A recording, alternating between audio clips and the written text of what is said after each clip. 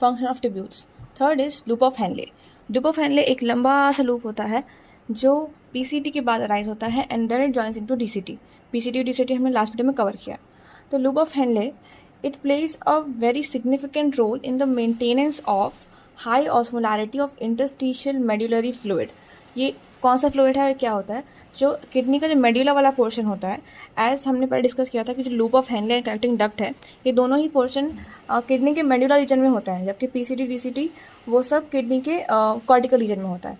तो मेड्यूला में अगर हम जो आगे पढ़ेंगे तो हमें पता चलेगा कि मेड्यूला की जो मेड्यूला का जो इंटरस्टिशियल फ्लूइड होता है उसकी ऑस्मोलैरिटी बहुत हाई होती है। बाय हाई ऑस्मोलैरिटी मतलब वहाँ पे यूरिया और सॉल्ट्स वगैरह का कंसनट्रेशन कंपैरेटिवली ज़्यादा होता है as we go more in the kidney. Like हम आउटर से अंदर की तरफ आएंगे तो उसकी मेडुला की ऑस्मोलैरिटी बढ़ती रहती है।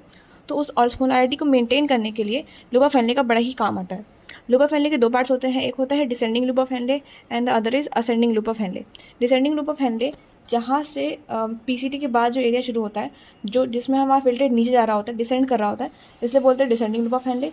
और जब वो ऊपर जा रहा होता है, जब हमारा फ्लूइड है वो असेंड कर रहा होता है, तब होता है असेंडिंग लूप ऑफ हेनले। जो डिसेंडिंग लूप ऑफ हेनले है that is permeable to water and almost impermeable to electrolytes. Because हम देखें तो नीचे जाते जाते जो ऑस्मोलैरिटी ऑफ मेडुला है वो बढ़ती जाती है। तो उसको मेंटेन करने के लिए और बैलेंस बनाने के लिए, आयनिक और वाटर का बैलेंस बनाने के लिए फिल्ट्रेट का, उसके लिए जैसे जैसे कॉन्सेंट्रेट होता जाता है तो हमारा जो, क्योंकि बाहर का जो एटमॉस्फेयर है वो कॉन्सेंट्रेट हो रहा है, तो नेफ्रॉन के अंदर का एटमॉस्फेयर भी कांस्टेंट रखने के लिए जो हमारा फ्लूइड है वो कॉन्सेंट्रेट हो जाता है।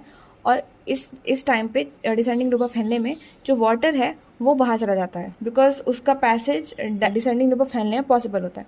एंड जब असेंडिंग लूप ऑफ हेनले की बारी आती है तो असेंडिंग लूप ऑफ हेनले में उसका जो कॉन्सेंट्रेशन है वो डिक्रीज़ कर रहा होता है, बिकॉज एटमॉस्फेयर का कॉन्सेंट्रेशन अब डिक्रीज़ करेगा, उसकी ऑस्मोलैरिटी डिक्रीज़ करेगी। तो इसको लेवल में लाने के लिए हमें अपने फिल्ट्रेट की जो कंसनट्रेशन है वो भी डिक्रीज़ करनी पड़ेगी। दैट मीन हमें फिल्टर को डाइल्यूट करना पड़ेगा। तो असेंडिंग लूप ऑफ हेनले में होता है असेंडिंग लूप ऑफ हेनले होता है permeable to electrolytes and almost impermeable to H2O।